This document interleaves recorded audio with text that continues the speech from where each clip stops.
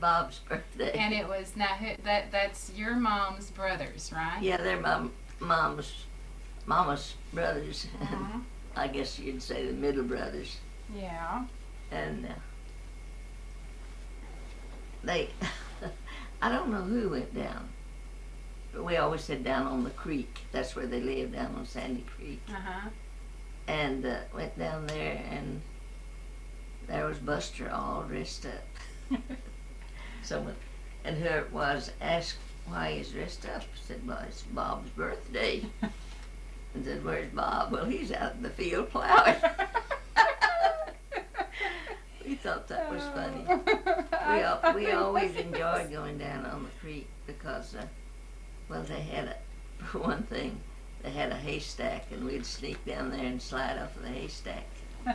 But they also had persimmon trees, and I don't know, I never did like persimmons, do you? No, I don't either, but nasty. they were beautiful things. Yeah, they are They pretty. make a pretty fruit. But we'd want to go down on the creek, Sandy Creek, and it was kind of, you had to go way down to get to the creek. And then there was kind of like a beach down there. It was sandy. Yeah. But they wouldn't let us very often, and when they didn't want us to, really, Granny would say, well, old High Head's out. She was the old cow that would hook us. Oh. And so Y'all were we'd look afraid out of we'd those? look out in the pasture that was between us and the creek, and High Head wasn't there. I mean, if she was there, we'd know that we could go to the creek and be safe. But I went down one time, and before I knew it, I was out in quicksand, Oh, clear up to my knees, that's scary. and I had on shoes too. And in those days we didn't get many pairs of shoes. Did it hurt your shoes? Did it ruin them? No, it didn't ruin them, but they ran up to where Papa was, up on the porch at Granny's, and he came down and pulled me out. He's a big, strong man. How old were you when that happened? I guess it was before we went to California. I imagine I was about 7 or 8. Yeah. Well, I was wondering if it was the right before the picture that was taken that has your muddy shoe, your favorite picture. No, I wasn't nearly that big. But that was after we came back from California that picture was taken. Yeah. We were all sophisticated Californians. But I don't know, we just loved to go down to Granny's, and the first thing we did, Granny always kept her magazines. You could get flour. You would buy flour in wooden barrels. Oh, in barrels. Not like the barrels you get it. It was a thinner kind of wood that made that, and it would bend, good. Oh. And you'd buy a whole barrel of flour. Well, my mama used to buy great big, huge sacks of flour. Oh yes. And she had a flour bin in her kitchen that she. Yeah, 48 pounds, I think, was a great big one. Well, anyway, the first thing we'd do, us kids would scatter out. We just liked to read so well, and we didn't take many papers because we took a St. Louis, I've forgotten what kind, just a little newspaper, and the Hollands magazine, and that was printed at Dallas, and not many more magazines. And Granny took Youth's Companion, and I don't know what all kind of magazines, and we just loved those stories. Oh, I bet so. And we'd streak for the smokehouse, where that big old barrel was sitting in the corner. And I've forgotten who reached in. I don't think I was the one. I don't think I'd be alive today if it was. But there was a snake in there. Oh, gosh. And, but anyway, we'd get those magazines, and we really straightened them up when we got through, and Granny'd let us take them home with us. Yeah. And Mom would read to us. Oh. She'd read this. Well, we could read, I guess, by that time, surely. The others, at least George and Ruth could. Yeah. But anyway, Mom would do it to save, having to pass it around so much because. But we really enjoyed those But I used to, when we'd get our Holland's magazine, I'd read it from cover to cover. All the ads and everything.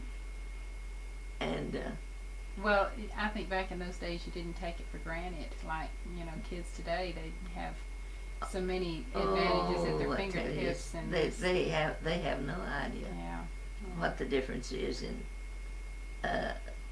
80 years can make. Oh gosh. Well, and you've seen a lot of changes too. And just think of our 60. Haven't been married 60 years. Yeah. 61 now would be. Yeah. I mean, it was 61 years ago. Yeah. And I saw a picture in there, forgotten what it was now, but it was, it was when I went to Waco and stayed with Agnes when she was sick. They had a miscarriage. Yeah. Oh. And I stayed with her, and I put 1927 on it. I had a picture of her and Walter. Mm-hmm. Then I had a picture of Noreen, and Jack was a baby. He was born in December of 26, I guess. But this picture was taken when he is in 1927. That brought back a whole lot of memories. So. But these pictures right here are the ones that I treasure. Well, those are the ones that I just get. Most of these are labeled. I think they are labeled. Yeah. See, that's Papa was a pretty nice looking man. He sure was. But there's lots of these. Well, just for the record, Ollie Hendricks was your dad, and now tell me your mom's name again, Miss Elmina Jane was your mom. Papa's name was Josiah Oliver. Mm-hmm. And but everybody called him Ollie. Yeah. And the Josiah was for Brother Josiah Whipple that used to come to Watterson to preach. You'd call him what did they call him? Traveling preachers, or I forgot. My memory's too short. Anyway, he was stationed in Austin, I think. Mm-hmm. But he came up some kind of rider. Oh. Can't even think of it. Isn't it silly? But anyway, he would come to. I'd recognize him. He would come to Bastrop, and then he'd come out to Watterson and preach under some of these same old trees that were. I imagine most of those are dead, though. Wouldn't you think? Surely. I don't know. There was on the news the other night. A tree that was 200 years old. They were having to make the decision to cut it down because when a limb would fall off, a 200-year-old limb was as big as a regular tree. Yeah, man. And it was over some houses, and it was demolishing houses. When the limbs, they'd get so heavy they'd just fall off. So they had to make the decision. They all hated it, but they didn't know what else to do because lives were being threatened by this tree. Limbs, a tree fall on you, and it was just a limb coming off the tree. Did you ever go to, was it Ingleside where there was that great big tree? Oh, it's supposed to be the oldest. I thought that was Rockport. Rockport, that's where it is. It is Rockport. Recorded in where? The state of Texas or the United States? Or I just really don't know. I know it's an old one though, and I didn't realize. Nix and I went there one time. You did? And it's, and we could see that mansion, that it's supposed to have been haunted and so forth. And I think that someone has reclaimed it, I think, and done it over, I think. Oh. I'm not sure. But I've found so many pictures of just when we were just kids, and Lula's among a lot of them, and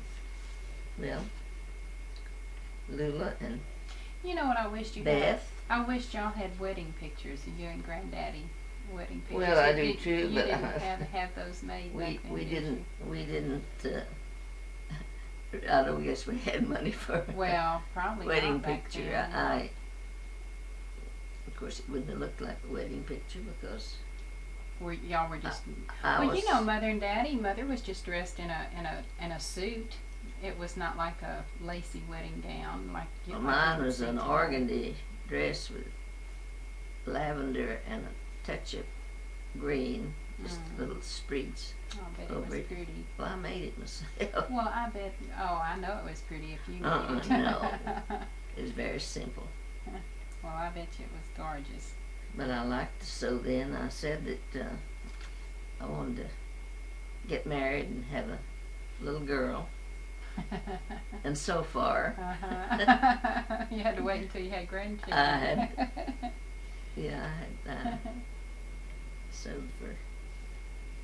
Well, I sewed for Nancy a good bit, but at that time I could go to Charlie Birdie's and get her their specials, and get them for half price. And but Nancy didn't want to try them on. One time I got her about 6 or 7 dresses, pretty things, and she didn't want to try them on. She just cried. Marcia didn't make her. It's going to be repeated. Well, my girls weren't. I guess all kids go through that, though, don't you think? Yeah. Well, now, I came across a picture that's not labeled. This one right here. Oh, is that not labeled? That's Oh, a well, whole how group of can- people. I don't know. How can I label that, little That would Susie? that would be kind of hard. But see, that's the Whitworth group. What is that like Houston group. a reunion? Is that what that is? Well, not necessarily. We'd have Christmas dinner together, or we'd have Thanksgiving dinner together, and Yeah, there'd maybe be that's 40, what that 50 is. people there. How exciting to have that many people. My I mama almost had that many, I guess. When, Well, when all I say 40 or 50. Well, if you just count those, it'd be a good many. yeah. But Goodness, well, several cooks had to be in the kitchen. oh for yeah, that. there's a lot of people that prepared and took. Well, did y'all have the kind of Christmas trees that you just go out and cut a bush down? That's how my Sure. mama used to do. In Bastrop County, we always had a cedar tree because there are lots of cedar trees around. Yeah. They make pretty trees. But, well, I don't remember. I think we found some trees that were pretty well shaped, but there weren't cedar there Well, in Mama had to Nueces just, County. That's where we had all these reunions together because Uncle John's family, Uncle John and Aunt Mary, and then the Mungers, the three Munger men and Aunt Bertie, and the Hewsons, and there was 6 kids, and 2 is 8, and us, 5 kids, and Mom and Papa, and the Bodies, Edna Bodie, and that was Aunt Mary's and Uncle John's only child, I mean. And she had 5 children, I guess it was. And when you get all those together, and then maybe, I know one time Susie Dunn she's a girl that went to school with us. She was there, and I don't remember. Well, now that picture that you kept trying to throw away, and Granddaddy would retrieve it, and I had it framed finally. That was a Christmas. Yeah. At the Bodies. At the Bodies. Yeah, and on I their noticed porch. That girl Susie Dunn was Yeah. at there because that one you just labeled it over everybody's head. You just wrote their names and. Yeah. And I was sorry I did that after that, but. No, I'm glad you did it that way because that way you just look at the front of it. But and tell I what it was is. trying to clean up, and there's so many things I need to throw away, and I know. Lots of things in my house I need to throw away too. But Susie, let's see, that was the year before we moved back up to Bastrop County when, George joined the Navy. That was 1917. The summer before, Nueces County and all had just a complete failure of crops. No crops. It was just so dry. So that's the reason we left down there. And But anyway, the summer before, the summer of 1917, 16, Ruth and George had gone up to Bastrop County to spend the summer with Aunt Grace and Uncle Frank. And so, anyway, I won't tell. I can't tell that. I was going to tell. Oh. Okay. But anyway, that spring of 1917 was when we moved up there. And Lula and Beth, or some of them, composed a little poem. Let's see. I cannot think of the name. I'll go back to that summer before when Ruth and George had started come back home to Nueces County. And Aunt Grace had written, she'd written a little poem and sat down and said, well, Susie, I can't even think right now. Well, about George and Susie Dunn. Oh. Let's see. Oh, I'm sorry. I have a lapse of memory. Well, your memory. Those two still got confused, didn't I? I wish I hadn't said his I know. I do that all the time, and later on it'll come to me. I bet you I thought of the two songs that the congregation sang at Granddaddy's funeral. Isn't it How Great Thou Art and The Old Rugged Cross? I think it's those two. Those are beautiful. Yeah, but that came to me just in the night. I wasn't sleeping, so I was thinking. But when you first said something about singing the same song, and the more I think about it, I want it so bad. Which one? The one, this Ready Lord. Oh, yeah, that's a pretty song. I like the old Rugged Cross too. That's Bill's favorite, and I can remember us singing that, and I'm almost positive we did How Great Thou Art. I'm pretty sure that was the other one. I could be wrong, but I bet you if that was included among the ones that were played, if that wasn't the one that was sung too. But goodness, that's a flood. The corner of Peabody and Main Street in Corpus Christi. I said Main Street. I don't remember the name of that street. But anyway, this thing was on the corner. Well, it says on the back. And we lived Peabody, corner of Peabody and Peabody was one that led off up into Hillcrest. And this was the main street that had some businesses on it. And we lived back of it. Not right back of this, but over there somewhere. And that was while we lived there that this flood came. And it just... Did you hear about the tornado that hit Taft? No. This time? Yesterday or day before. What did it hit? It just hit a trailer house. I don't think anybody was hurt, but it was enough to put it on the San Antonio weather news. Well, I tell you,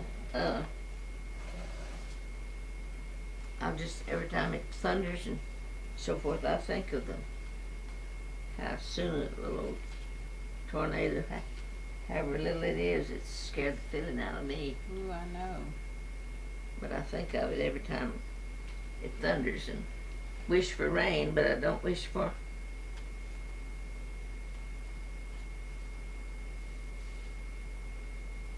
Granddaddy's Dr. Pepper calling cards. Oh. Nix was a good salesman. Oh, I bet he was. He was a dedicated salesman. He more so almost than his boss, I think. I like on here it had the telephone number is only four digits. That's it. Period. 7793. Nix Houston, route foreman. Well, he didn't start out. He just was just a salesman. But I tell you, that was during the Depression, and he would go. He manufactured customers almost. What I mean is, he would go over to, well, he'd go to Rockport and go to Rances Pass and so forth and so on, but he'd go over, say, like Odom and so forth, among the farmers. And he'd go and he'd make friends with the owner of the place. And this man, whoever it was, would be pulling for nicks. And they would put in little stands, for the cotton pickers, have drinks and, what's that kind of snow cone thing they call? Raspas? Raspas? Well, no, I guess raspa was it. Yeah. But anyway, they would have those, and this, whoever owned the thing would become Nix's friend, and Granddaddy never met a stranger. No, he didn't. Really didn't. He always. He said though that he used to, when he first started out, he had never sold before. Yeah. He'd worked for the public. He'd worked on that boat and so forth and so on. But he was just. He said, I just had to make myself. Yeah. In other words, I was timid, and he is trying to tell me that, that, yeah. Well, I tell you, my mother was a timid little person, I think. Was she? But she, anytime anybody got sick, she would be right there. There, and if anybody moved next door, like in Corpus somewhere, moved next door, she'd make friends with them and so forth. And I just, somehow, I'm just timid. I just don't push myself, and I just wish I was more that way. Nowadays, there's people don't have time to get out and make friends. No, and that's your neighbors are usually not any more home than what you are. No. I was telling Janet today how the only time I've been in my neighbor's house across the street was they had a party, a cul-de-sac, get acquaintance. Just they barbecued some across hamburgers. The street. Yeah, I remember when you did that. And that's the only time I've been in their house. That was a year ago. And we speak, when we're out in the yards, and we visit a little bit like that. But it's always on the run. There's never any long term. You can't just like in the country where. Well, people didn't go very much, and I know, and you made sure a visit worthwhile back then. And you didn't have telephones to call that's back there and find out whether they were home, but you could go and visit. And Julia and them, Julia's family didn't live far from us. And one time, I forgot, my mama was going up there. She took me with her. It was summertime, and the sun was shining so bright, and the sand was so hot. I'd try to get in Mama's shadows, thinking that make it cooler. that would make it cooler. But I tell you, one time when Uncle John's family took smallpox, the regular old smallpox, and Papa would take care of their cattle, their horses and cows and things, and feed them and so forth, and he'd gone down there to take care of those, and Walter, I think it was, got sick. And Mama sent me down, and she said, now, you go in the house. I mean, don't you go in the house, because I just go to the cow lot and call Papa. Well, I went over the little stile. They had little, steps up over the fence, and went over that. Went in the house, took my bonnet off, and laid it on Granville's bed, and he was the crippled one, and he had smallpox worse than any of them. Oh, Granny. And Aunt Jody said, Mabel, does your mama know that you came in the house? Did you just forget, or? No, I just don't remember, or don't know. No, maybe I had a lapse of memory. No, but I know Aunt Jody knew that Mama wouldn't have let me. Yeah. Would have cautioned me not to. So she hustled me out right quick. Well. But Papa had to run back down. I don't know. Walter was sick, pretty sick a time or two, and Ruby was sick. I said, well, I think that's it. They'd have to have a doctor with a Ruth once in a great while. I guess George and I were the husky ones. Hmm. I don't know. Well, maybe we ought to get an album to put these pictures in. I'm gonna have to get one, Susie. I'm gonna have to keep those separate. Yeah, especially these older ones. That's what I want. Those. Well, would you like for me to go down and get get you an album and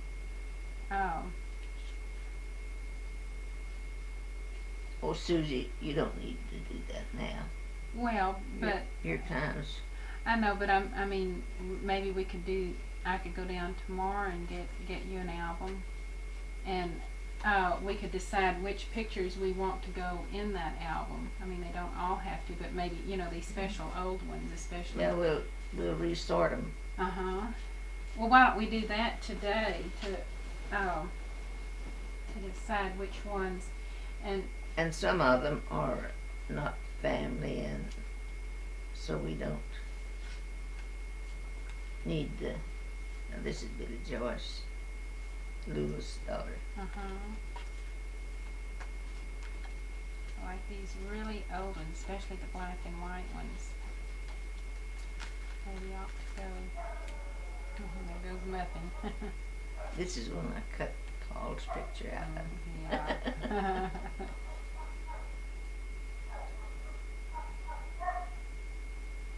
I tell you. I didn't remember him being at the. Oh, this was her wedding. Okay, Marcy wore that same dress to that because that's the dress she wore to the 50th wedding anniversary, and that's the one you wore too. And y'all both wore that to the wedding. Oh yes, that's right.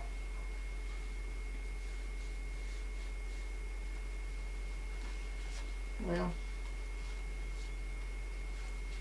I don't like divorces, but that was the wisest choice back then. I think so. She was just too.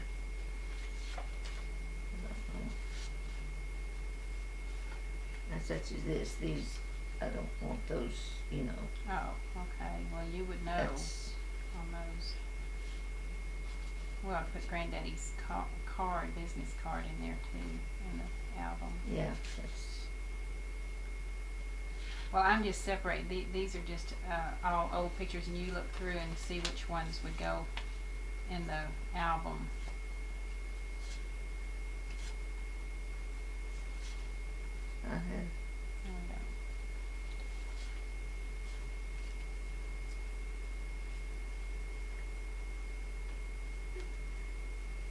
I wonder if all those got out of that car.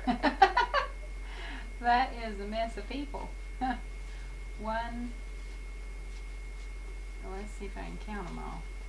1, 2, 3, 4, 5, 6, 7, 8, 9. That's a few people. Now this is that Gladys Lloyd that died. Oh yes. Now they said that she married in. Let's see when. Well, this picture was taken in 1918. No, she was married then. But she married when she was about 15, I think. Oh my goodness sakes, that's Nikki's age. My gosh, I can't imagine Nikki married. I mean, at her age now. I mean, her father died in 1915, I believe it was, and then her mother died at 1917. No, I believe it was 1918. Well, anyway, her other sisters had married. So, imagine. I like that picture of Missy. It's sweet. She has kind of a cute little smile on her face.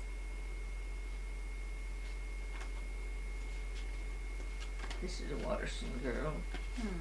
She's pretty. Stella Watterson. She lived in that 2-story house right up the hill from the back of the church, the school. Who wrote that?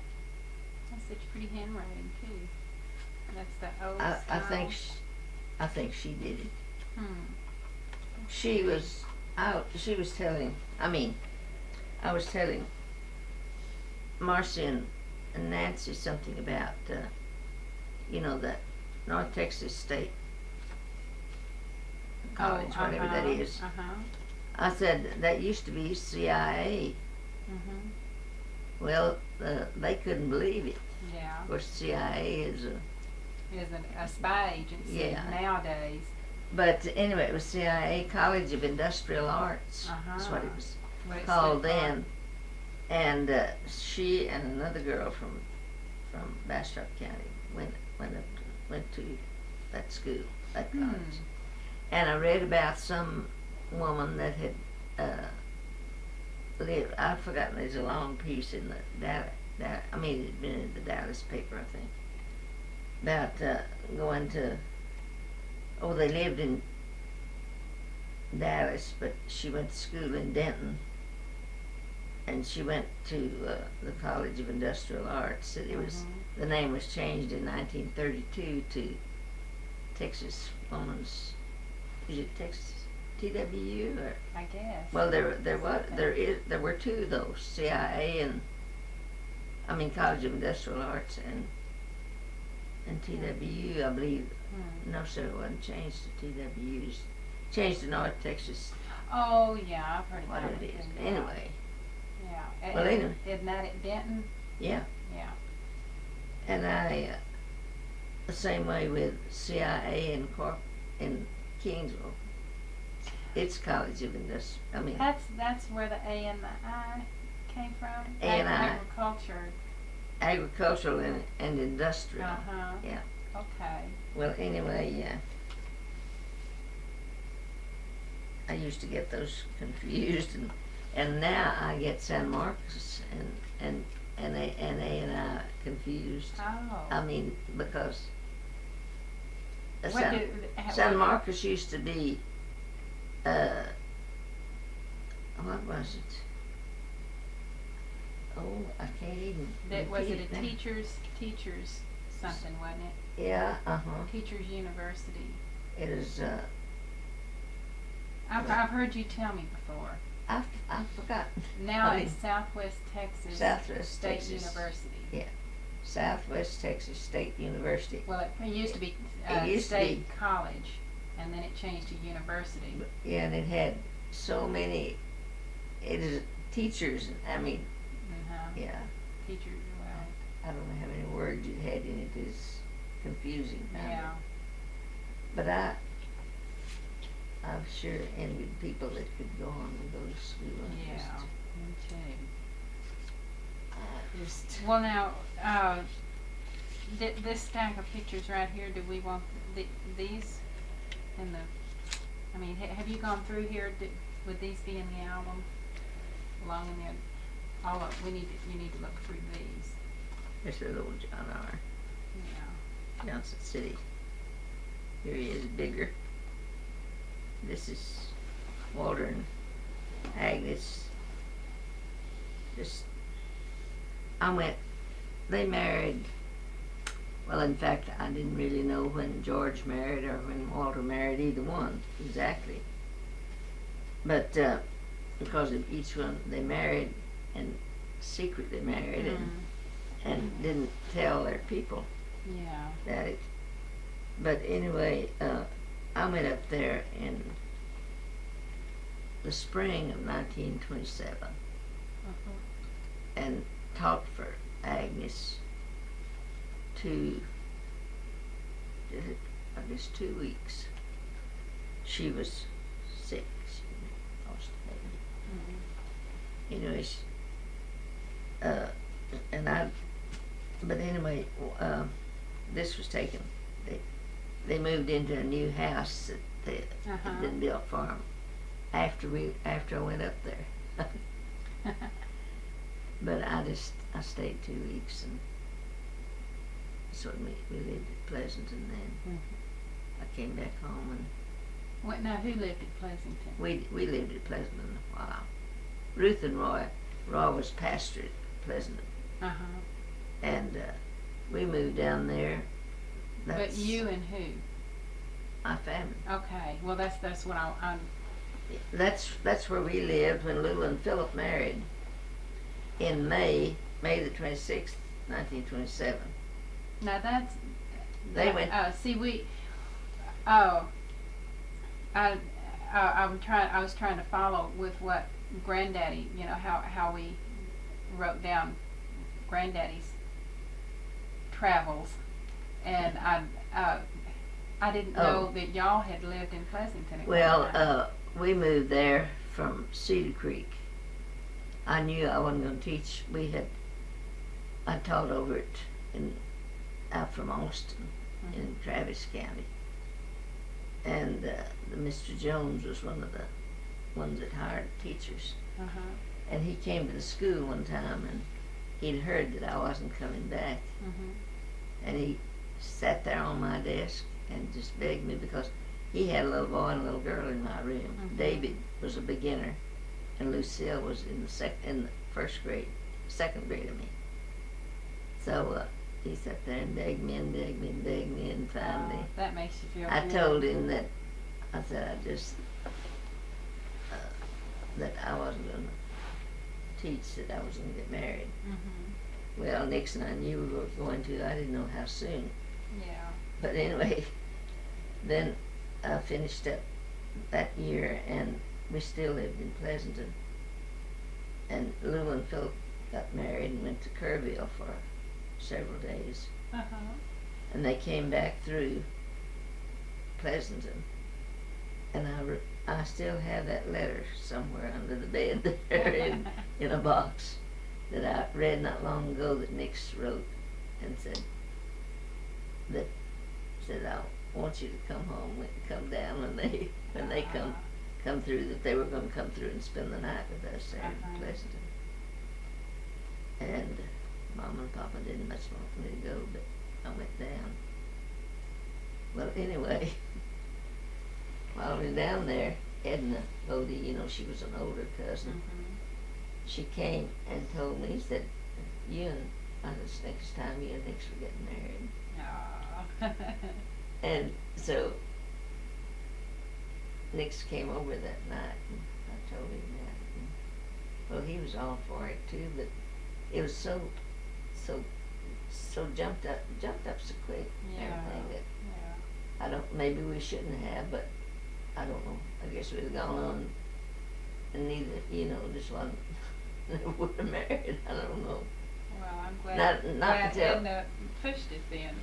Well, if you wait until you just can afford to do things, why? They don't get done.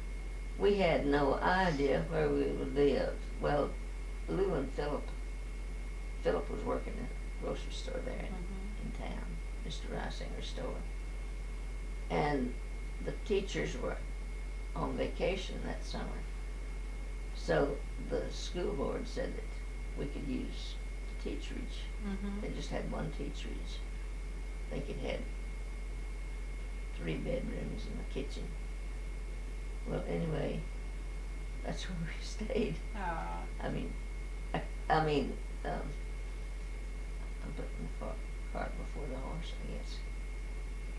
But we did go on and get married that Friday night. And where did y'all go on a honeymoon, or what I mean is we were married in the Rosestown pastor's study, Elia Spellman's office, and then we went to Corpus and stayed from Friday till Sunday. Friday night, Saturday, and Sunday, and went back. Where did y'all stay in Corpus? Oh, at a little hotel thing.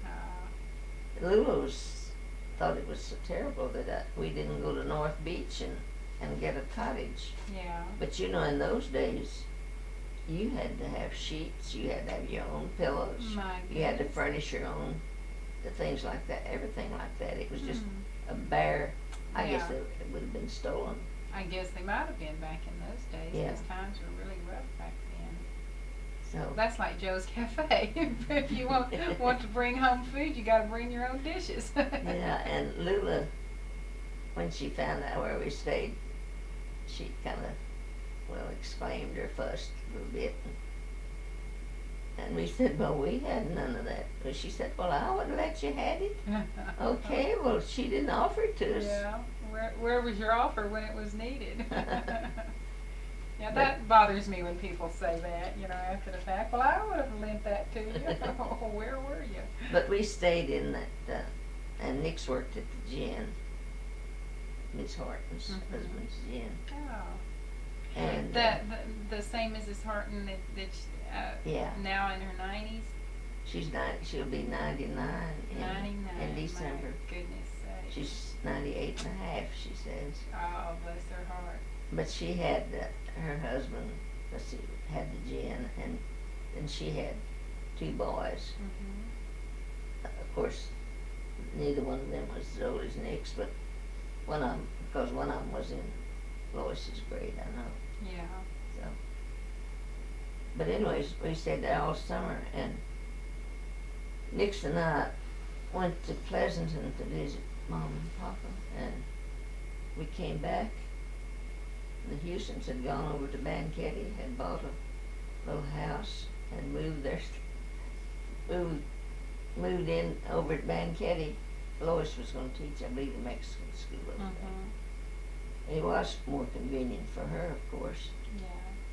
But I told Nix a lot of times that I just felt like if we'd have had time to thought it through, that he and I could have moved to Corpus and could have gotten each one of us could have gotten some kind of a job that would have paid our rent and so forth, and we could have skimped along like we did during the Depression. But we didn't do it. We lived through it. Well, Granny, just for the record, why don't you start out with all the places that you and Granddaddy lived? Well, okay. From 1927, y'all left the Robstown parsonage office to go on your honeymoon to Corpus. Which was a long honeymoon. Friday and Saturday and I Sunday. tell you, on Saturday I didn't feel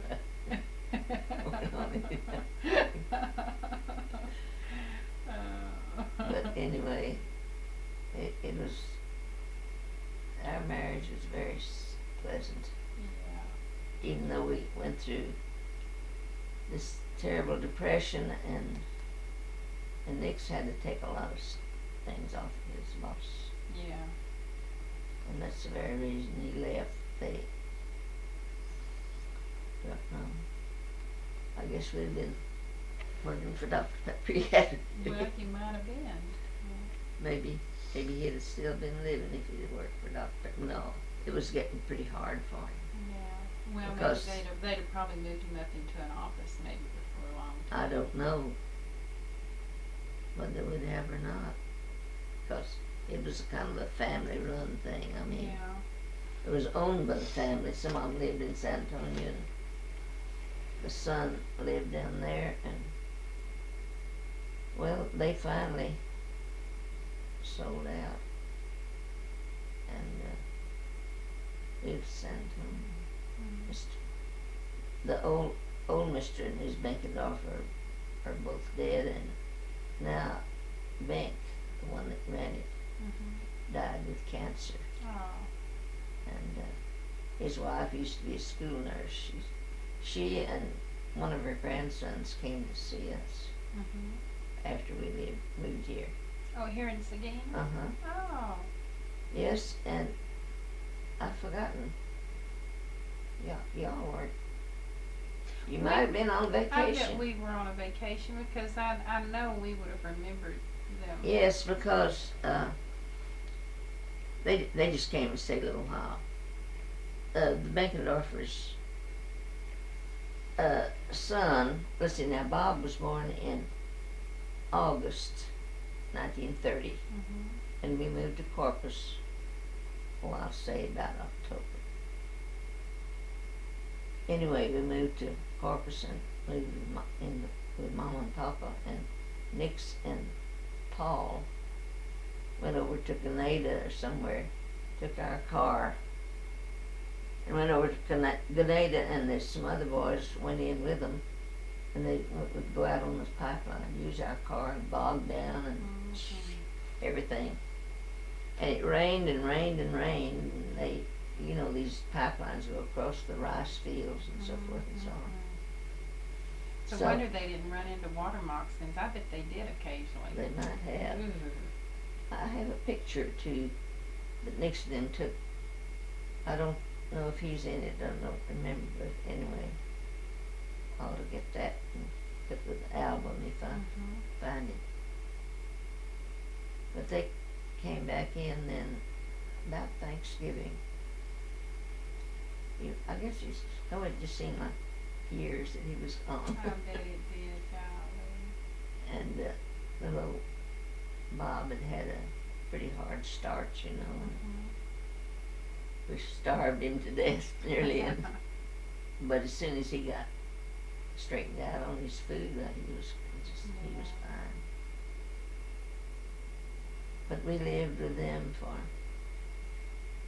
2 years, just over 2 years, because we moved in, I guess, about October. And they moved in down to Blucher Street on Bob's second birthday.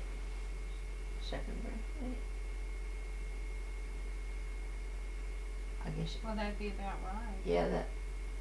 That's Well, but we stayed a little while longer. We stayed till after Christmas.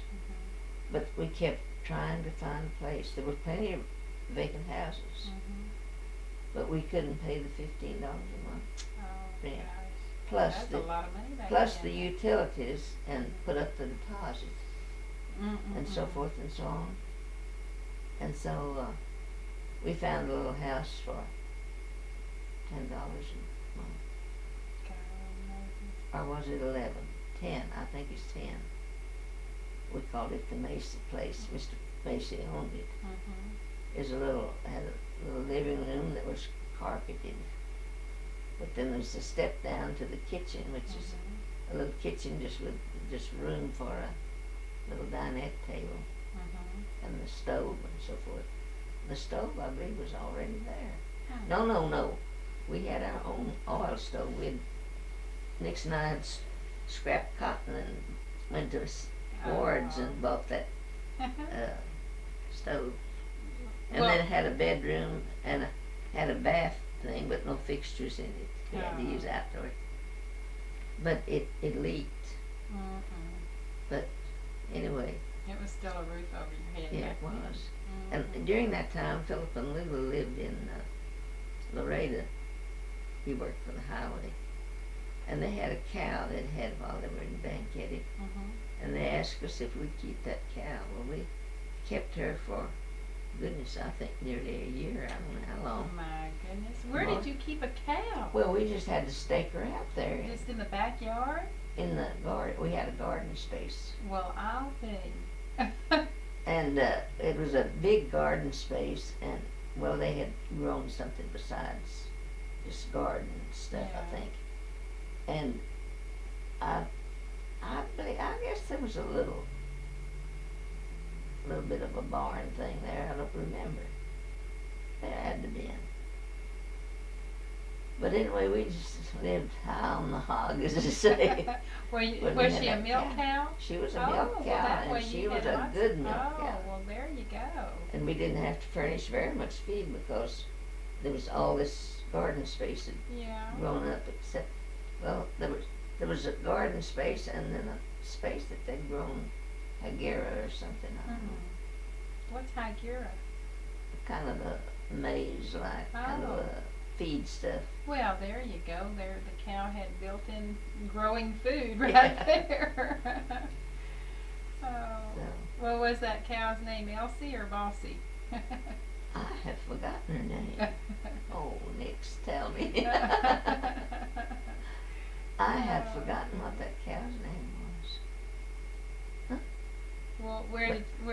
y'all go after that house? Well, that little house, let's see. And, now, no, you didn't know. They,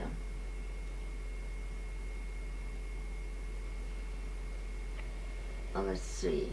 Well, I know there's some people that we knew ran a service station up. Mm-hmm. Let's see, was that? Can't think. I was trying to say it was. No. Mm-mm. Well, anyway, when these people were getting ready to leave there,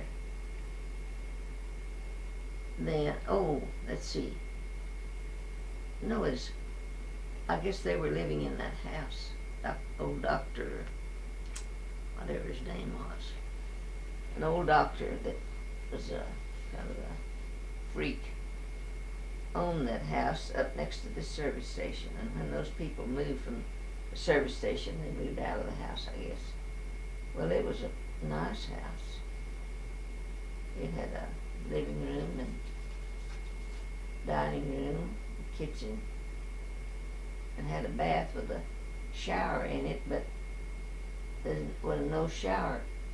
I mean, it was just the floor was sloped down, Mm-hmm. in where it would rain, Yeah. and we didn't even have a shower. Uh-oh. We just take a kind of a small bath while the meetings, But we moved there, and we had a little bit of a barn that had a pig pen, and we got a pig, Oh. and then we killed it. Papa came over and killed it for us that winter. Yeah. It made a Sausage. big old hog. Yeah. But there's some neighbors, let's see, I forgot their name now. Isn't that funny? I thought of not long ago, there was some neighbors that lived next to us that had a little boy that the woman worked at I don't know what she worked at, a beauty shop, but she was always changing the color of her hair. Hmm. And this little boy was a little older than Bob. Mm-hmm. And, but he'd come up with the reddest red hair some days. Oh, And she had changed the she would kid's change color his, too? yeah. Oh, Lord. But she worked, and so did he, the Mhm. daddy. And I was scared to death. I heard about children getting guns, Mm-hmm. and I was scared to death to be able to play with that little boy, because I don't know. They raised chickens. They had some nice sized chickens, but they didn't have a pen for them, and the chickens would get over in the pen where our hog was, Yeah. and our hog got to eating chickens. Oh, my goodness. I didn't know a hog could catch a chicken. Well, Chicken They were- didn't know it either and would be the- off guard. the chicken was in there getting corn and stuff that Yeah. the pig had left, Yeah. and I'd tell this woman about it. Well, they had a real short name, can't think. I'd tell them about it, and they wouldn't do a thing about it. And somebody had ducks, and I'd put out water for the. We had something that I put out water for, and those old ducks would come in and mess up the. We didn't have a dog. I can't think what it was. But anyway, Maybe it was a cat. Have a cat. we had something that we put water out for. I know. And these old ducks would come and wash their old muddy feet in there and make us so mad. But I don't know. I hated for those. I'd like to. The chickens, I guess, were so skinny. I don't guess you could have eaten them. Oh. Started to say, I wish I could have had some, during that Yeah. time, we didn't have a great lot to eat. Well, where did y'all move after there? Well, while we lived there, Nick's began making a little more money. Every year he'd make a little more. And we saved up enough to where we bought us a lot over on Kepke Street, which was in Hillcrest. Now Hillcrest, I think, is all niggers. I'm not sure. It was beginning that way in 1946 when we left there. Yeah. But we went over there, moved over there in 1937. Bob had started school in 1936, and he went to Hillcrest School. Mm-hmm. But there were no roads from where we lived, no streets direct from where we lived, unless you went up for a good little ways and come back then and come across. You could get into that addition where the school was. Well, after we moved then, it was easy, because we lived just down the street from Hillcrest School. Yeah. But little Bill, when that Bob, of course, was in the second grade when he had started in Hillcrest. But Bill wasn't born, of course, till 42, but across the street then was Mr. and Ms. Roberts. He worked for Coca-Cola Company. And they had, her mother and father were missionaries to somewhere in South America. And they'd come in and stay with them. But little, what was the name of that little girl you saw on one of these pictures? Oh, I want to say Sophie, not Sophia. I wanted to say Wanda. I don't know why I wanted to say Wanda. Well, anyway, this little boy and girl would watch Bill, and Bill would slip out, and he got to where he could open the back gate. We had a backyard that was fenced in, and the first thing you know, he'd be running down that, and had to cross. Down toward the Hillcrest School. He had to pass a bus stop where the big old buses stopped. And those kids would help me. Sylvia, and I've forgotten what the little boy's name was. Robert. Their last name was Roberts. They help you keep track of Bill, though. They did. I tell you, they saved me many a step. Mother said I ran away one time when I was like about a year old or 2 years. Maybe I was even 3 years old.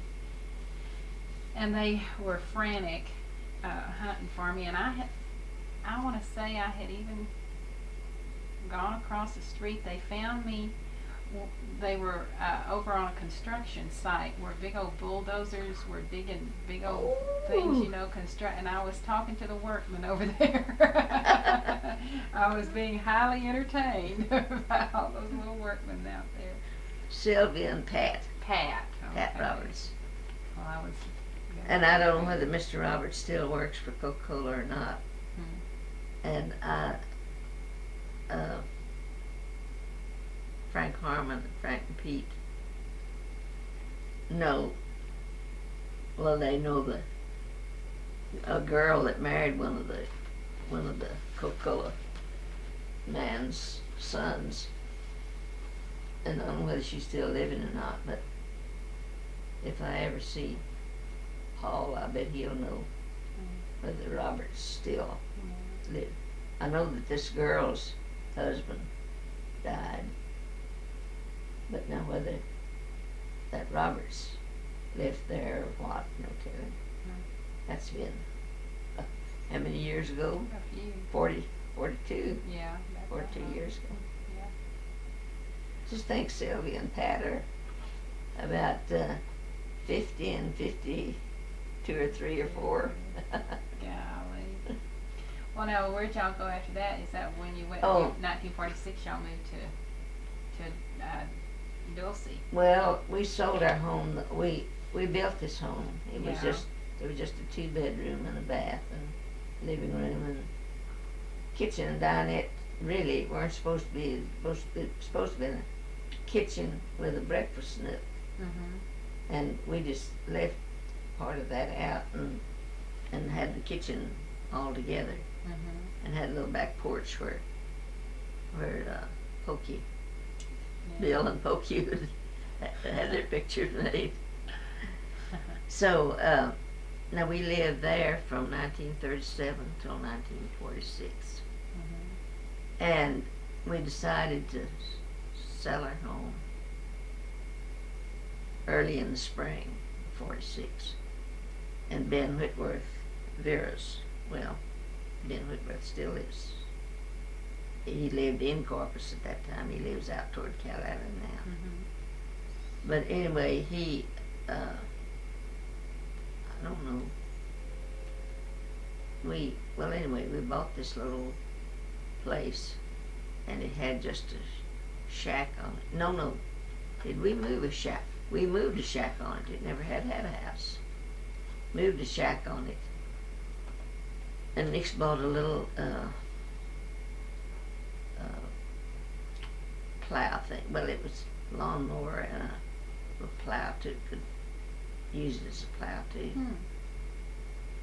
But Ben, I don't know how many $100 we paid for that thing. But anyway, Ben came over. I think he had some.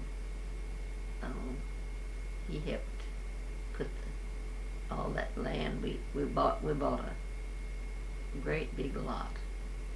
It had grass burrs and it had ants. It had rattlesnakes. Oh my goodness. There were rattlesnakes down in a well behind the house, close to where we were.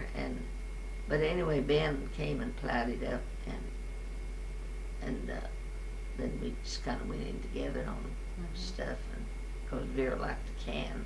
Yeah. So we stayed there from early in the spring after we sold our house till July the 22nd. We took over the store there at Baldwin's. Nix went back and forth for a couple of weeks. He did. Yeah. Well, then y'all moved into a little we moved, house, or no, we moved into that house that y'all. Oh, I thought y'all lived kind of in an apartment for a while before. Oh, you well, moved to the well, Simmons for house. just a week or so. Just a couple of weeks. Yeah. There's a Cronky boy owned that house on Simmons, Yeah. and we just Nothing heard it thunder. Yeah. Here she comes. and we knew that this boy wanted to sell his house. It's a Cronky boy. We'd known him out on the Peters Ranch. Yeah. So anyway, we bought that, and Nick said I'd come in. Of course, now after we left Corpus and had lived in that little house, Yeah. and we got an apartment from Grandma Arnold, and it had a little kitchen and one bedroom that we had a couch for Bill, Yeah. and one bed, and then we rented another room then from Grandma Arnold over in her part of the house. Yeah. This was a little kind of an addition, just joining her house. And it leaked. I was glad to get out of there. But anyway, Bob had a real nice room over there. And we stayed there a couple of weeks or something like that. And then we moved over to Simmons.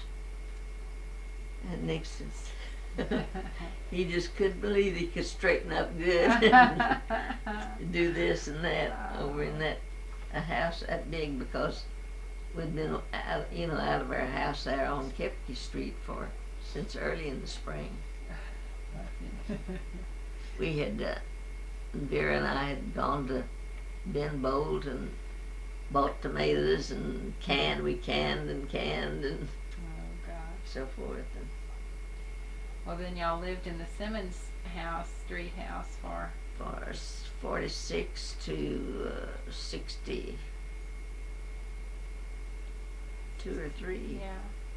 About 20 years, I guess. And Oh, no, Granny. Well, wait. we were married in '64, and there's a wedding picture that Bill's and my wedding day. There's a picture of Bill already in the den that was built on Johnny Street. yeah. So y'all probably lived there. Well, let's see. Well, I mean, how soon did y'all build on Oh, to the Johnny? Y'all probably did that immediately, though, didn't you? no, You didn't? not immediately. Well, within the first year, wouldn't you think? Or no, no. it wasn't. It wasn't Oh, because no. I remember. No, Susie, it was years after we moved there before we built that home. That's right. That's right. Because I remember before you built onto it. When Bob and Marcy, you see, we bought it from them. Yeah, I remember when they lived there. Do you?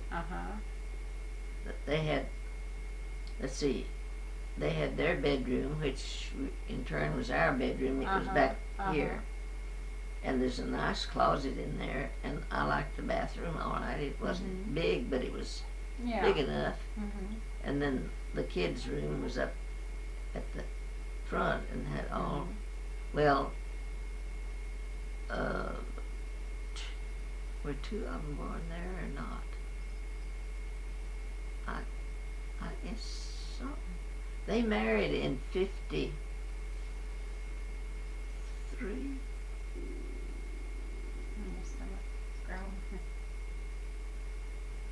I believe they married. Yeah, he went overseas on Bill's 10th birthday, which would have been 52. And then stayed a year and came back. And then they lived in that house where Mr. Parrington worked. I mean, when y'all, what did Mr. Parrington do at that? He did something for you. Well, he built me a bookshelf. Oh, I've forgotten what else. And a little wheelbarrow, a little planter wheelbarrow. Well, anyway, that's where Bob and Marcy lived at first. But they moved to Bishop then and lived in Bishop. And then at the last, they lived out on the farm where Mr. and Miss Condon had lived, I believe. Because Mr. Condon was made chief of police of Kingsville. And they had bought them a real nice home there in Kingsville, kind of southeast part of Kingsville. And some insurance man had tried his best to get Mr. Condon to take that out where if he died, it was paid off. And he just hadn't got around to it. And Mr. Condon died very suddenly. He died the year that, Tommy was almost ready to be born. That is, Marcia was big as a bear. I felt so sorry for him. But now that would have been 59 because we had been to, that's when Ruby and I flew to Tennessee and spent 2 or 3 weeks. We went to the Smokies and so forth. So. And then I was getting back to where Bob and Marcia then came back to Lucy. But they lived in that house,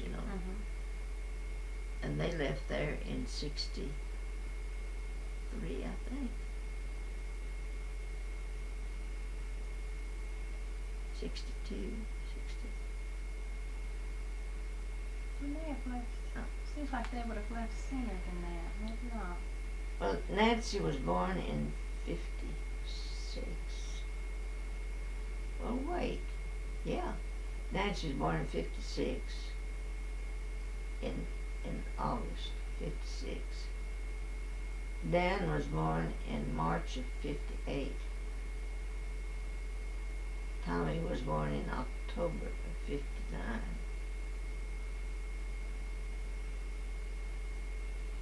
And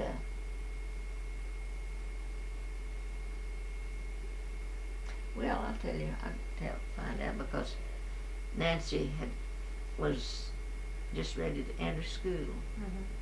Let's see, so she was born in 56. So they went 62. in the spring of 62. Yeah. 62. Well, then we got this Mr. Wright, and he had some Mexicans under him. They built that den on then.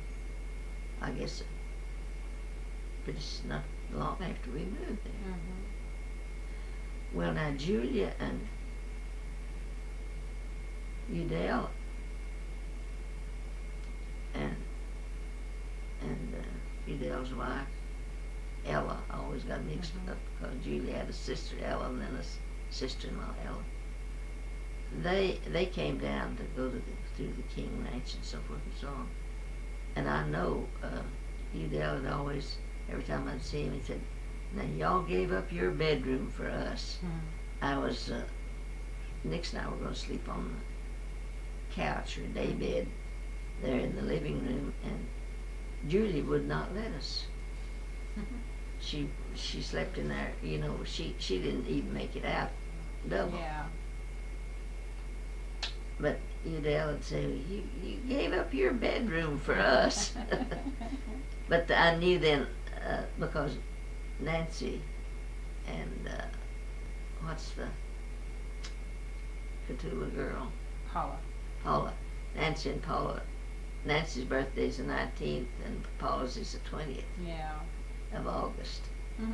I've got to get some cards fixed up to mail to my birthday people. I got Paul's sent and don't have any others.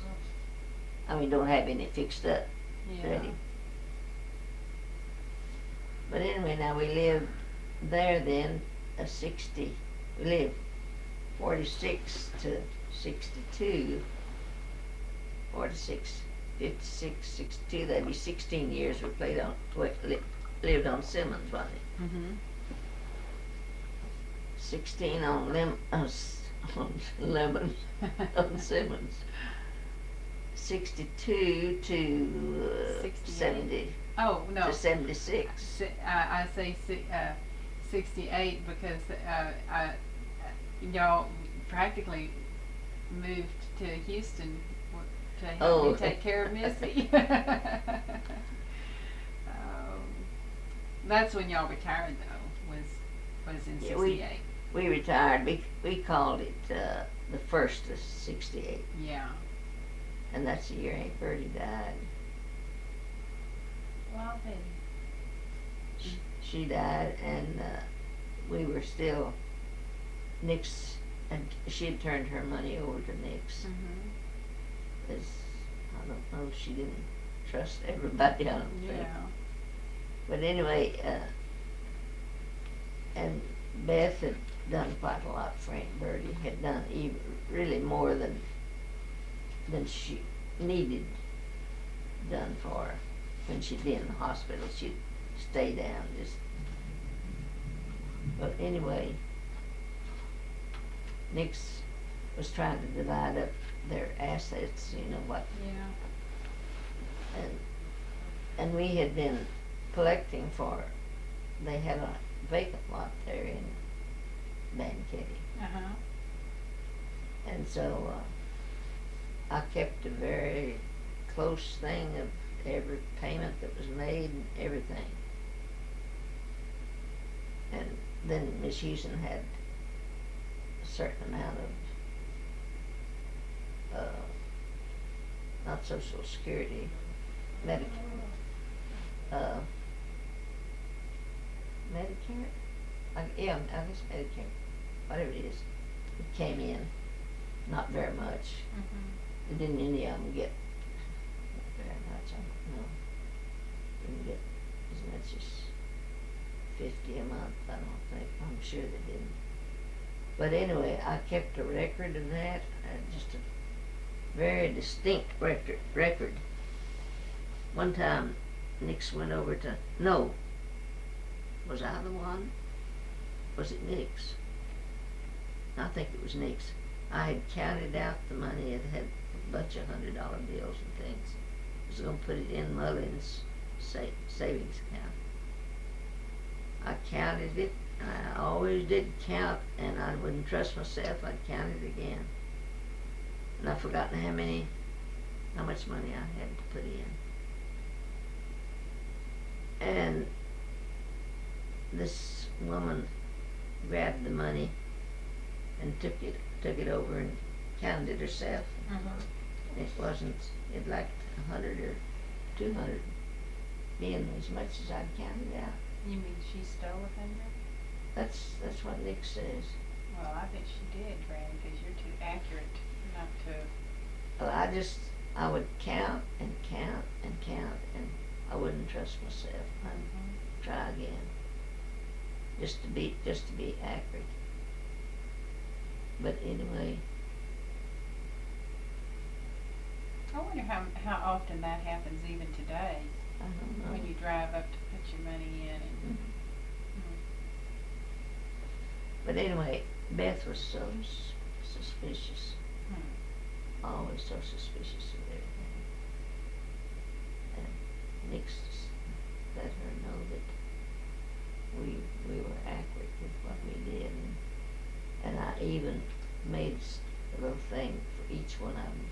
Gave Lula one, and Lula and Philip one, and Beth one, and all of them wanted to have to show where the money was and so forth. And then when we were down in Houston, Nix was trying to get that straightened out and get it sent off, and it was to go to the relatives. Yeah. And Cousin Edna Bodie was older than Aunt Bertie, but she was, how was it? Oh, Aunt Bertie was her aunt, and she was older than her own aunt. Yeah. But anyway, we divided that out, and Nick said, well, Beth had done a good bit for Aunt Bertie.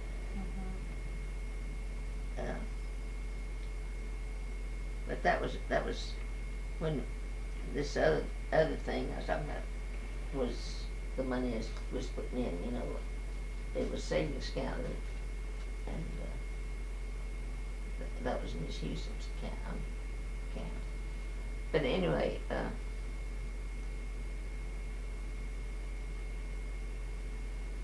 we just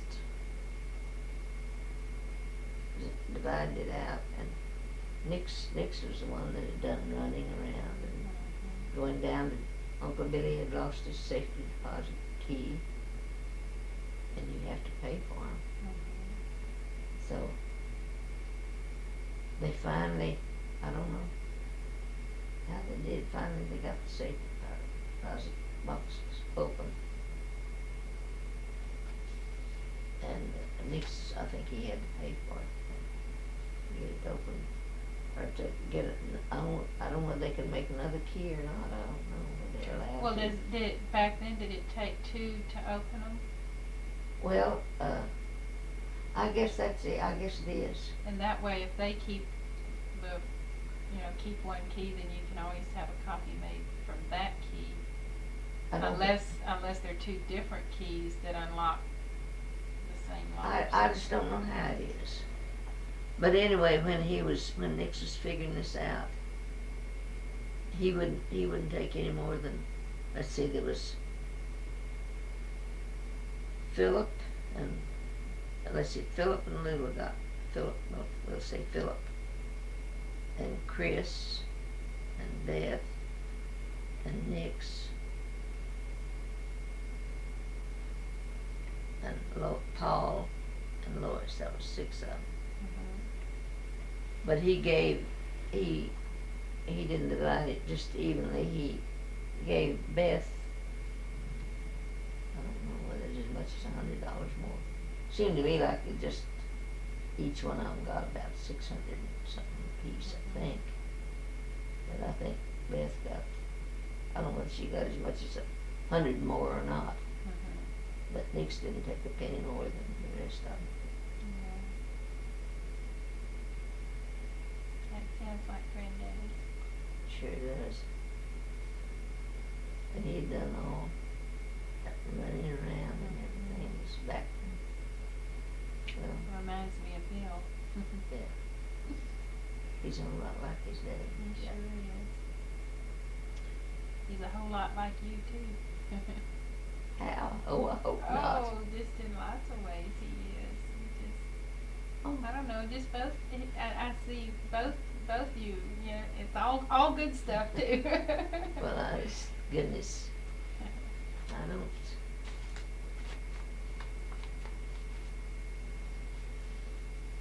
I didn't see Bill in me. Oh, I do. I see a lot of you in him, but a lot of just maybe the way you might think of things. That's I see that it just reminds me of you, or just how he goes in a pace, and that reminds me of Granddaddy, and just I don't know, just the combination of both of y'all. Well, Granny, tomorrow I'm going to bring a tape over, and why don't we'll go back to as Susie, far as you can remember. Is that thing still taping? It'll take 2 hours at a time. But Susie, goodness, it's too expensive, honey. Oh, good night. No, it's not. This is a treasure. This is the whole purpose of me wanting this camera to record your memories, and I wished we could have had this and gotten Granddaddy's memories too. I know it. I want you to tell the story about Granddaddy in the barn. That I do want that. That is priceless. I think that. But precious. maybe we can do that tomorrow. I'll get the album, and we can put the pictures in the album. And should we get just one that'll fit just this size, or do we want several that size, or how would you like? Well, now there's more than this. In other places, should I get a pretty good size one, or? No, what I mean is there's a lot of these. I'm gonna turn this off for right now. Right there.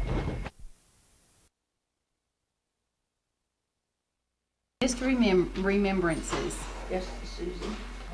I got it wrong. Well, it doesn't matter. I got the one where Nixon, my home, our home. That's fine. Shall I tell that first? Sure. Mine and Nix's homes and since our marriage. I really believe that Nix and I, as humble as our lives might seem to others, really began living after we became a team. I explained to Susie that Ruth and Roy, John R. and Maxine lived in Pleasanton, and Roy was pastor of the Pleasanton Methodist Church. And since we had nothing to keep us in Cedar Creek, Papa decided we'd move to Pleasanton, where he began working for Dr. Pepper. Lou and Philip married. I hate for this thing to be holding up this way. That's all right. Lou and Philip had married May the 26th, 1927, and went to Kerrville for a few days. I knew they'd promised to come by to see us on their way home. And in the meantime, I had a letter from Nix, and I have that letter today among my things, begging me to come back with them, which really stirred me up. So I began getting things together in spite of Mama and Papa not wanting me to, especially Ruby. Lou and Philip came and spent the night with us, and the next day, we three went to South Texas against Ruby's wishes. Oh, Aunt Ruby didn't want you to go? Ruby didn't want us to go because Ruby and I were running a little hamburger stand down by the Now, I never heard now of that. down by the school there at Pleasanton. Well, I'll be. And we were running this hamburger stand, and Ruby didn't give her amount of time to it, really. Oh, so she was going to have So she knew that she was going to have to, so she and Mama did have to take it over. Yeah. Anyway, let's see, where did I get to? Anyway, well, Ruby didn't cooperate much. We were operating this little hamburger stand right next to the school, and my leaving meant that she and Mama would have to take over. It might be, let's see, that she might be forced to help take over. Let me see, Susie. I suppose Nixie's call was stronger than family, so I went, but really not thinking marriage was possible at that time. Philip was working at Reisinger's store in Banquetti. The school board had given permission for Lou and Philip to live in the teachers during the summer. So that's where we landed when we got to the city of Banquetti. Well, the week I was there, Edna Bodie came over and took me off and took me aside and said, after 4 years, Mabel, don't you think it's time for you and Nix to get married? Well, after I got over the shock, I told her that it was up to Nix. And I suppose now Nix and I both fell in with the idea, and it all happened. We spent the summer in the teacheries. Philip was working at the store and continued to for several years, and Nix went for several years. Nix continued part-time with the farm. I'm sorry, I can't read. Continued part-time with the farm and part-time at the gin for Mr. Horton. Late that summer, Nix and I went to Pleasanton to visit Mama and Papa. Got on another page. Susie, I got this mixed up. Oh my, where's page 4? Here it is, I'm sorry. Isn't that terrible to have such... Oh, let's see. Oh, it's 3. We went to Pleasanton to visit my folks, and when we returned, Mr. and Miss Houston and Lois had bought a small house in Banquetti and moved over there because Lois was going to teach school. And left the farmhouse with ample furniture for us. And us meant Chris and Nix and me. Miss Houston saw that we had ample to begin housekeeping. Later we went to Corpus and bought us I put new bedroom that I marked it out because it wasn't a new bedroom suit, it was a bed and used dresser, and Nancy has that dresser now, but she's painted it over. Yeah, I remember that. Let's see. That dresser. Then later we bought a dining room suite with chairs, and Philip would come by. Now, this is ad lib. Philip would come by and maybe see us, come by at mealtime or something, and we'd be sitting on the same side of the table. It was a square table, square ends. They'd sit there and hold hands and eat. And he'd just make fun of us more than anything, and I'm sure he and Lou would do the same thing. But anyway. I think that's sweet, Greg. Anyway, we're so proud of this dining room suit. It was so nice. I mean, it's real nice. And then I want to tell about, they'd go to the valley. Really not the valley, down to the Rio Grande, and get Mexicans and bring up loads of Mexicans to gather the crops. And so what was I trying to say? Oh, yeah, and, you know, they weren't very careful about getting every bowl picked and everything. They just grew as fast as they could and everything. And therefore there was cotton left in the fields. Mm-hmm. You could see it, you know, spots of it. And that's, Nix and I got to where we would, in the fall, after they'd all leave, we would scrap what we call scrap cotton. And we didn't tell the landlord about it. I guess he would have taken money. But we'd have that, we'd get maybe, you know, several $100. Take it to the gin and we'd sell it and we'd take that money and buy us something. We went to Corpus to Montgomery Ward one time and bought us a kerosene range. It was just a real range. It was real nice. Was it wood burn? No, you had burned kerosene No, in it? you burned kerosene in it, And then Nix had gone another time and had come back with a refrigerator. We had never had a refrigerator. I bet you were proud of that. It was an ice box, really, not refrigerators. An ice You had box. to keep ice in it. Had to keep ice in cool. it. Yeah. Was that delivered every day, ice? Oh, they didn't deliver ice out in the country. Oh, how did you We had do to it? bring ice, wrap it in a quilt or something, or a blanket to Mm-hmm. bring it in.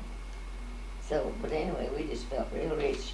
But one thing was, he brought some of those porpoise roaches with him. We didn't even have roaches out there. My gosh. They do in the country now, I'm sure. Anyway, let's see, what did we do next? Oh, when we bought that new stove, we also bought some linoleum for the kitchen, and that was a luxury. I bet so. We just felt so dressed up. You have no idea how rich we felt. And two, Chris, who could never fathom the workings of a farm and who plowed up more cotton and feed crops than weeds and grass. Poor Chris, it wasn't his fault, but he never, and anyway, Chris wasn't with us anymore. I told Bill why. I think I told Bill, or was it Bob? I don't remember. Anyway, poor Chris, it wasn't his fault, but he never knew that his hanging around in the kitchen, looking over my shoulder Oh, you told me. as I tried to prepare a meal wasn't helping. I hope that God, the good Lord forgives me for anything that I might have thought or insinuated, I think. By early spring of 1930, I knew I was pregnant. Now, did I tell you about that? Read it anyway. But Nix and I were the only ones who knew it. We just let everybody find out for themselves that there would soon be another person in the Nix Houston home. Lou and Philip came over one Sunday, and she was so sick, I made to put her to bed and prepared a Sunday meal.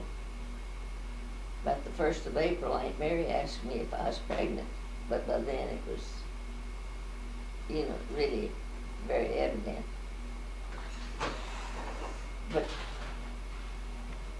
no, I'll tell you later about Chris. When Nix came home the 25th of August, and told me that Lou and Philip had a boy, Billy Joyce was born 2 years before. I had just finished a big wash and hung it up to dry. Not long till he hurried to a neighbor's phone to call to tell Dr. White the time had come. He was our Robstown doctor. So he came out and spent the night. And I don't know where. And Bob arrived early, about 7 the next morning, on the 26th of August. We were very happy to have an 8-pound boy, but he cried quite a bit, and when we took him to Corpus, to Dr. Carter, we found that he was hungry, and I was in pain from an abscessed breast. Bob and I both quit our crying when Dr. Carter operated on me, and that made Bob very happy with a full bottle of milk to suck on. The whole bunch of Mexicans from down near the Rio Grande who were brought up each summer to pick cotton were back in their valley homes when Nix decided no more farming for me. This was what had been the Peters Ranch way back in 1912 until 1915, but it belonged to Mr. Schultz in Corpus then, since before Nix and I had been married. Anyway, the landlord had authority to say, don't sell the cotton. See, we made a bumper crop that year. And Nix could have sold some along, and he would have gotten his percent of it, and Mr. Schultz would have gotten his. But anyway, this, I said it was 1930 was a bumper crop, and Nix had it gathered in due time, paying for the gathering of the crop. But the landlord said, don't sell. So you see what a spot put us in. Well, he wanted to save it and maybe the price would be better. Oh. But that's when the stock market broke. Yeah. That's when the country went under nearly. We went to Corpus, imposed on Mom and Papa for 2 years. Depression was on. He worked like a Turk. And we finally found a house, moved, and this made 5 of us very happy. This is Mama, Papa, Ruby, Nix, and me. Well, maybe Bob too. We never did amply pay my family for the 2 years, I'm sure, but Nix found his paid his farm bills eventually. We saved and built a home in Hillcrest Addition, near Hillcrest Elementary School. That's where Bob had gone when he was 6. This was in 1937. In the meantime, we had moved to this small house on Virginia Street. It had a garden in for a while. A cow, Lou and Philip had lived in Banquetti, but had moved to Laredo where he worked for the highway. They couldn't take the cow, so we had the cow. And it had a garden space and grain, and they'd raised some grain there on part of the big garden. So we had a cow, and we lived high on the hog, as you might say. We got to keep her for a while. We saved and built this 5-room bath home on Kepke Street. Joined and helped build first section of the Oak Park Methodist Church and enjoyed the activities and so forth. Click my thumb.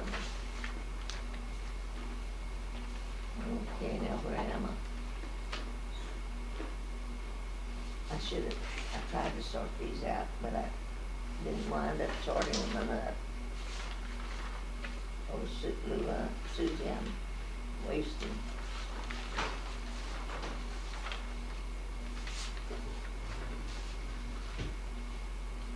We lived on Kepke from 1937 until the spring of 1946.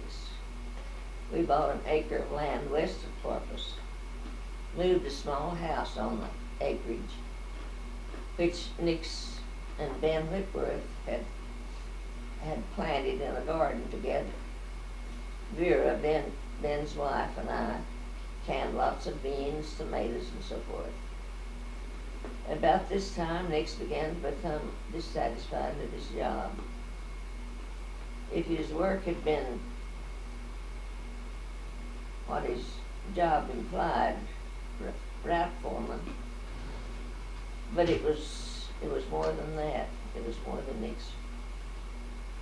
Well, Nix said every route salesman would wake up on Monday morning and say, well, Nix can take my place, I'm going to stay home today, I'm sick, or something like that. Anyway. I bet they did that quite often. They did it. They really did. And Nix he never let the boss know it.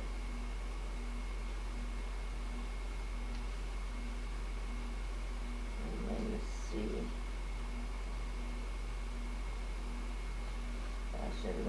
Nick's running right. I'll take the day off. Nick's quit and began investigating every grocery store he'd heard of that was for sale. And just everywhere, he'd go everywhere in the skippiest country, little old towns I ever saw. I was scared to death that he'd grabbed one that could not possibly provide us for enough to live on, but he was pretty level-headed about the whole deal. When he decided on the store in Almadusi and we found a comfortable house to live in, we were okay, not meaning that we didn't have a struggle. But Foodcraft gave us a lot of help with arranging and so forth. They'd send their highest men in their office down in Victoria out to help us plan our store, how it could be better and so forth. Yeah. We finally rearranged all the fixtures and so forth and got some nice drug shelves, and Nick's turned that over to me, all the drug shelves. But we couldn't get adequate help, really. I think every boy in that whole community, a whole town, worked for us at one time or I another. bet they did, Granny. All no, not all the Bowden boys, James and Lamar. And the Irk boys, one of the Irk boys, I believe it was Fred. Was it Fred? Yeah. I got tickled. Lamar said, you know, when Alice was the boom town, that it was Frederick Irk, and now it's just Freddie. Is it Freddie now? Well, no, I don't know. That's just how Lamar put it. You know, with the Texas oil crunch, Yeah. Frederick has probably become Freddie. Isn't there a bunch of banks what had to be bailed out? Not so long, the first city, and the Alice Echo had the something on one page, like we're in the black again. Yeah. Well, that's good. So, let's see, we found a comfortable house in Doozy. And when we decided to remodel and Nick's get new fixtures and so forth, Foodcraft sent their special crew out to help us to rearrange and so forth. That was really lots of help. 8, 9, 10, here's 10. This was a hard,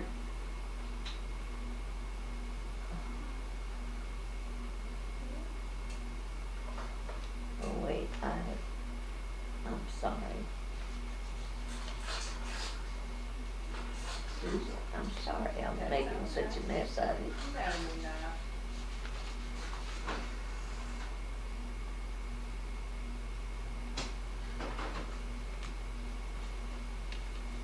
Oh, here. No, that's not it.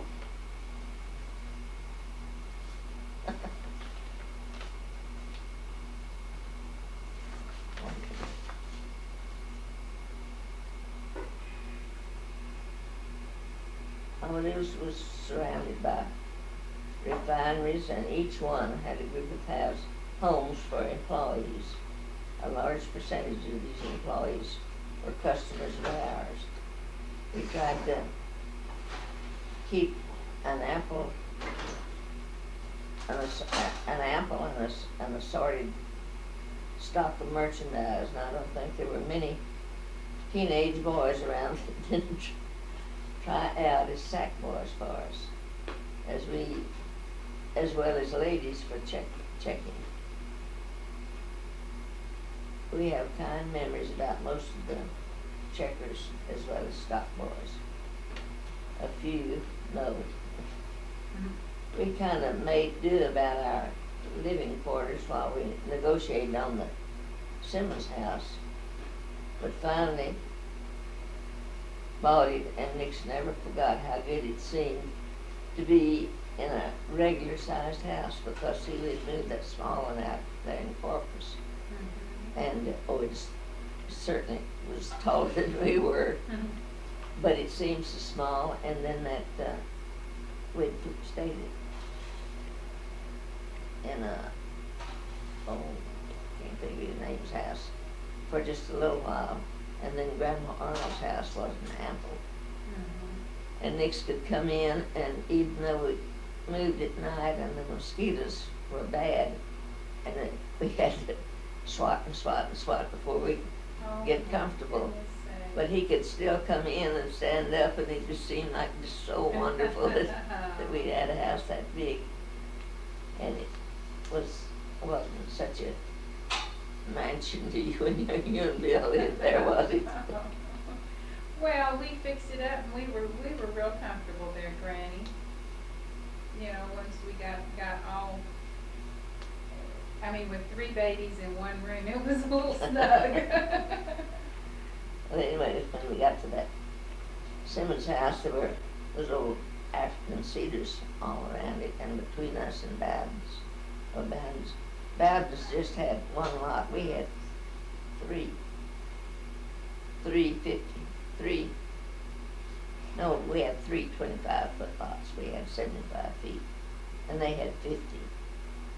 And so when we began cutting those old cedars down, Mrs. Bowden and them didn't much want us to, but they were on our land, and we didn't want them. Yeah. And anyway, some of them were dying anyway. But anyway, James came over and helped, and grass burgers.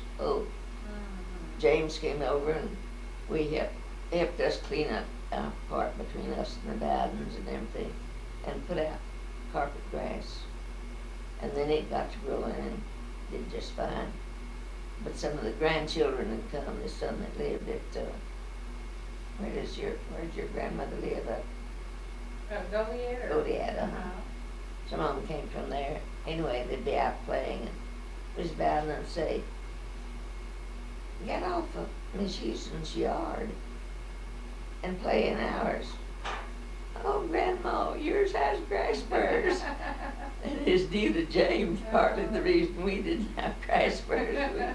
He was really sweet to us.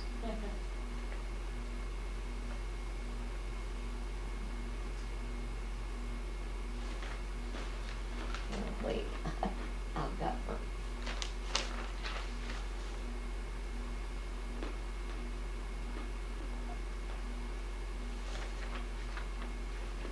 Well, Susie. Can't find it.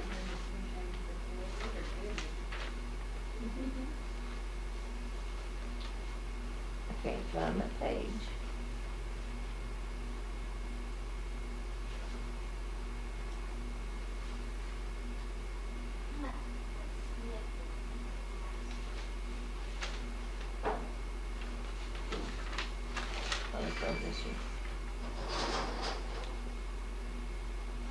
Oh, this is, I'm sorry, I've just wasted so much stuff.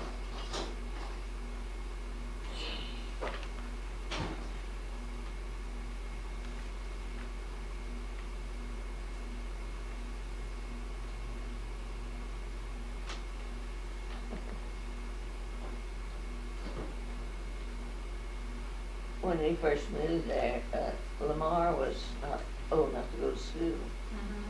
His birthday's in December, and his age would have said he was old enough in December, but they wouldn't let you unless you were in the 1st of September.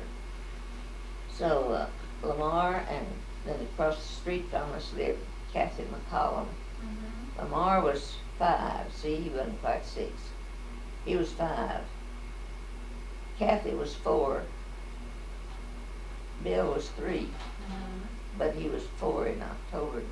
Kathy was a year older pretty soon, and then Lamar was, anyway, that was telling about that. But as the years passed, these 3 year by year, and they lost their playmates to school. Bob and Marcia bought the Sabatier boys' house, one on Johnny Street, when they first moved to Dulcie. And then when they moved to Petula, we bought that house. And this added to our list of rent houses. The 7th Street house was a rent house for them. The Bob house, where Bob and Marcia had lived when they first married. The green house and the brown house. And we started out renting those houses at $50 a month. And Bill and Susie lived in the Bob house a lot. Anyway, most of the ones were occupied by our grandmothers. Yeah. And but they knew how to work nicks. They'd call over and say, "Oh, Mr. Houston, my faucet is leaking in the kitchen." And I said, "He'd drop anything he's doing for me and run to help the widow." But and Nix was very active in getting the new Methodist church built. Amadousi had the habit of flooding, and water had rushed down from the Y up toward Alice. And this was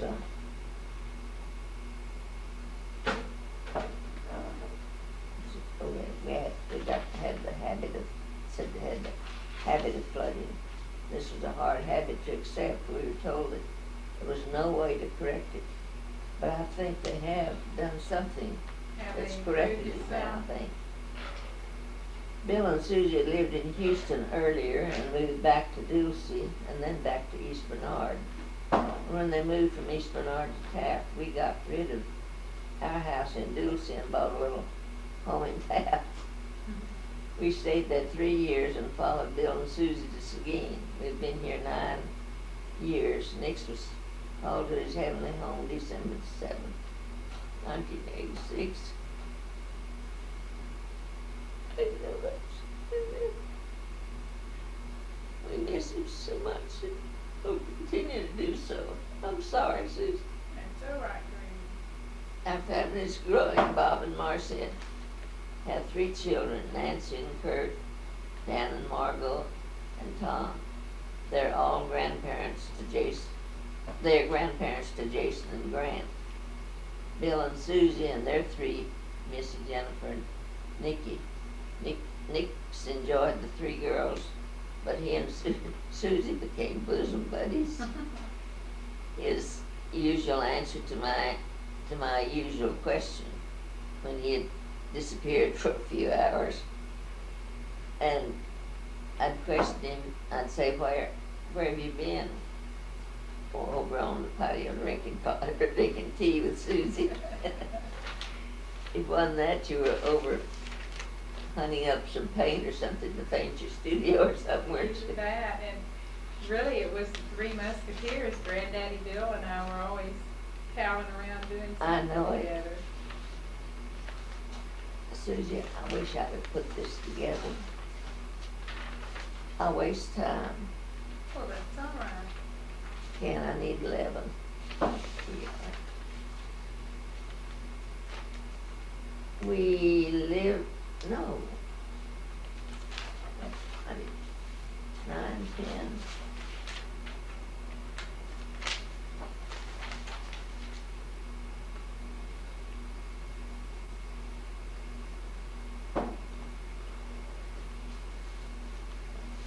Susie, I'm missing.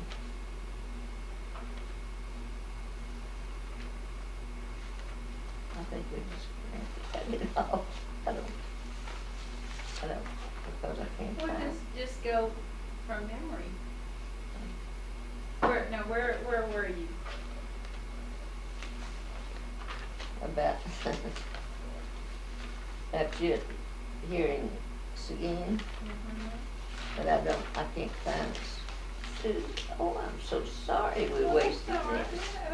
We got plenty of time, plenty of film.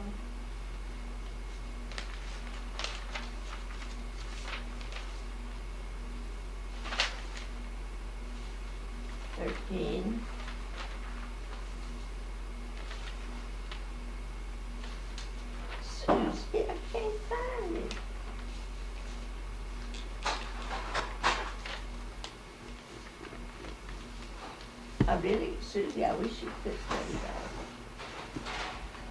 Go back and read that about. This about Ollie and Monty, okay. Yeah. Well, we probably not 11 and 12.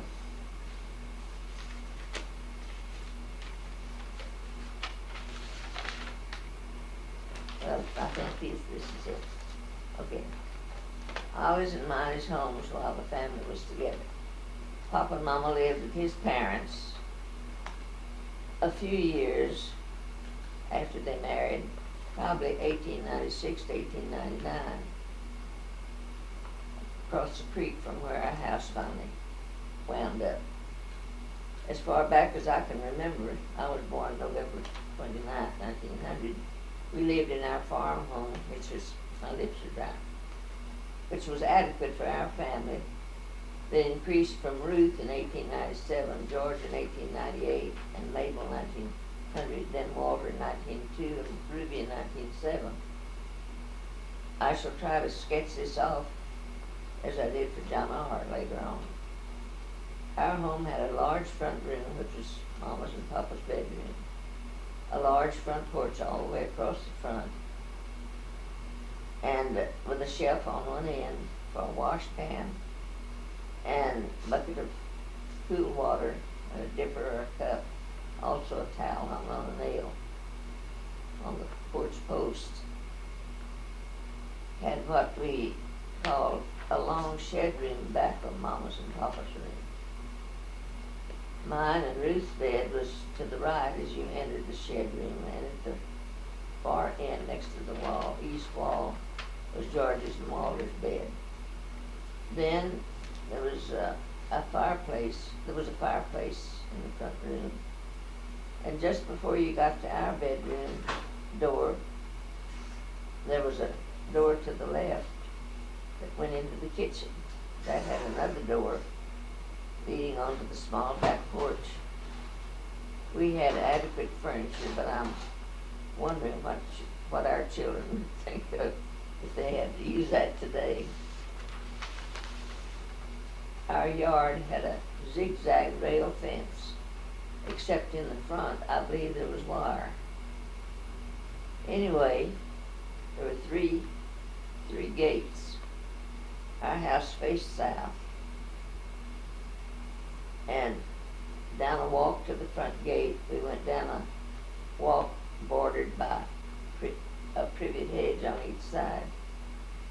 We seldom used this gate, as the pasture came right up to the front gate, and there were grass burrs and nettles. One time, Mama had to grab Ruth as a skunk traveled across the burrs, and Ruth tried to get to that pretty black and white kitty. We used the east gate, which we called the side gate. See, our house faced south. The south gate had grass burrs, and the side gate was close to the well, and was close to our mounting block, which, when you rode the horses, get on that block to get on the horse. Yeah.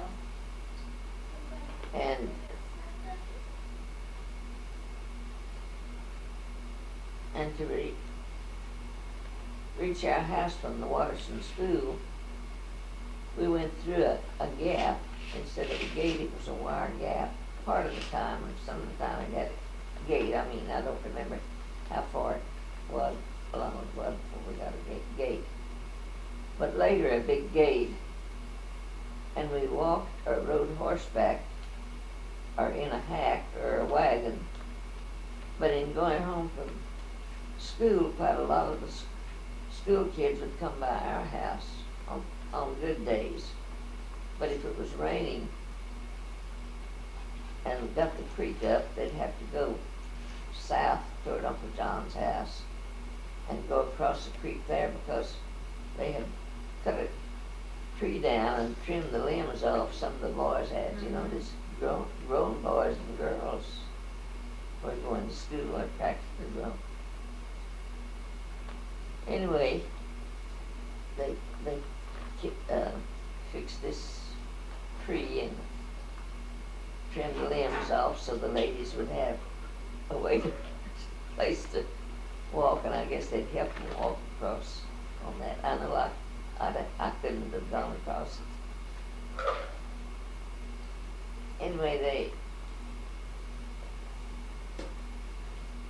and the boys were very gallant in helping